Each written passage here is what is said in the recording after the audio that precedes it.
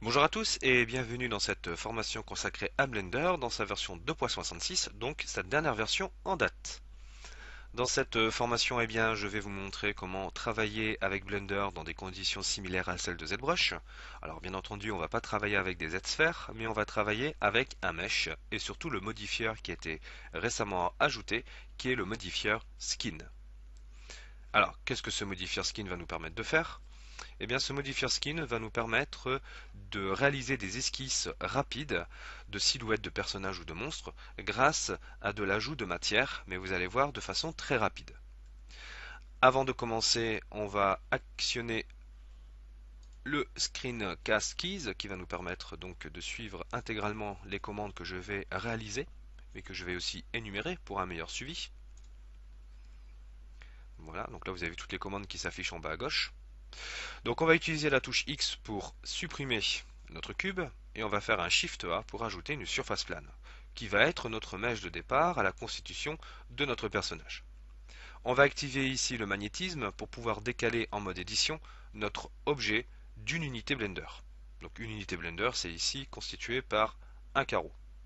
Et le magnétisme va nous permettre de modifier notre objet, regardez, de façon précise.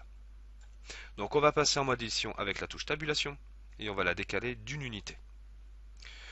On va désactiver le magnétisme, on va sélectionner ici nos deux points, et avec la touche X, on va venir supprimer le Edge. Alors le Edge, c'est une ligne qui est constituée de deux sommets, que l'on appelle des vertex. On va maintenant quitter le mode édition avec la touche tabulation. On va se rendre ici dans l'Object Modifiers, et on va lui rajouter donc le fameux Skin. Et automatiquement, de la matière vient s'ajouter sur notre profil que nous avons réalisé grâce à notre surface plane. On va lui ajouter un autre modifieur qui s'appelle Mirror afin de travailler en symétrie. On va le monter d'un niveau pour avoir une meilleure topologie au niveau de notre mesh. Et on va surtout activer le clipping pour souder les deux parties l'une avec l'autre. Sinon vous allez avoir des mauvaises surprises lorsque vous allez étendre la matière. On va appuyer sur la touche Z et touche tabulation. Vous pouvez constater ici un cercle pointillé rose qui va tout simplement nous marquer le début, le point d'entrée de la création de notre constitution de matière. Cependant, si je souhaite constituer un bipède, j'aimerais que mon centre se trouve ici sur la colonne vertébrale, la future colonne vertébrale de mon personnage. Pour ce faire, je vais sélectionner mes deux points et grâce à la touche W, je vais venir subdiviser cet ensemble. Je sélectionne mon point en question, donc avec le clic droit de ma souris, et je fais Mark Root. Et automatiquement, mon point d'ancrage, mon point de départ va se constituer ici, un mi-chemin entre les deux parties de mon personnage. Maintenant, je n'ai plus qu'à modifier l'emplacement de mes différents éléments, et donc le mirror va nous permettre de gagner du temps dans la constitution de notre objet. Avec la touche E, je vais étendre de la matière.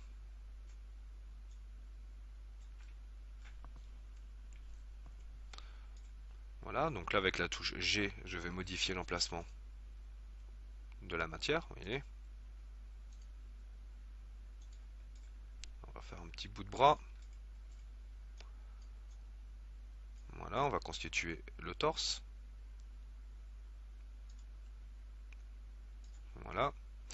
On va venir ici par exemple abaisser donc toute cette partie là de notre personnage. Celui-ci, on va le monter. Hop, vous voyez, pour redresser un peu sa stature. Ah, donc là, je n'ai pas bien sélectionné mes points. Donc voilà, c'est ici. Donc toujours avoir un meilleur contrôle parce que là, du coup, dans cette vue-ci, j'ai constitué un monstre avec deux têtes. Ça peut être un style aussi, hein. Voilà. On va faire un extrude avec la touche E et avec la touche G, je peux modifier l'emplacement. Voilà. Donc là, j'ai l'esquisse qui a été créée. Bon, cependant, il y a encore du travail à faire. Vous voyez, c'est vraiment du très très rapide. Donc là, ce que je vais faire, c'est que je vais abaisser ici. Voilà les éléments.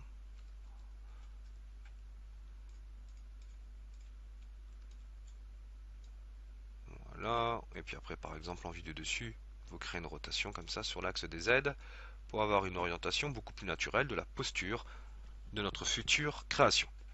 Donc vous avez vu, automatiquement, quand on fait de l'extrusion, on ajoute de la matière, ce qui va nous permettre d'avoir une esquisse rapide d'une silhouette de personnage. Cependant, on peut encore améliorer l'aspect. On va utiliser ce qu'on appelle le Self-Division Surface qui va venir en fait lisser l'ensemble.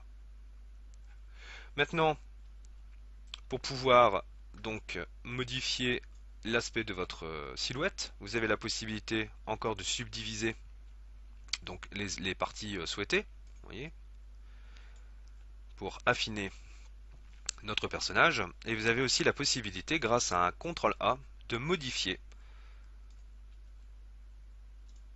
certaines proportions. Voilà, vous voyez, de gonfler la proportion de vos silhouettes. Alors attention aussi à pas trop en rajouter, parce que sinon vous allez avoir voilà, des mauvaises surprises dans la topologie, et donc il va falloir retravailler ça. Alors regardez ici, on a des éléments qui disparaissent lorsque l'on bouge nos mèches, parce que là on a une topologie qui n'est pas super. Et bien vous avez la possibilité de faire mark loose pour certains éléments, et donc il va reconstituer de la matière. Cependant ça ne fonctionne pas tout le temps. Vous voyez là, il faut choisir vraiment le point, choisir le point d'ancrage pour lequel il nous manque de la matière, et on fait mark loose. Si je fais clear loose, vous voyez, de nouveau, il va venir supprimer la matière qu'il a ajoutée. Donc le mark loose va nous permettre d'ajouter très rapidement de la matière à notre personnage. Donc là, on va continuer par le CTRL A. Voilà, là pareil. Voilà, qui va venir représenter ici, mettons la tête de notre bestiole.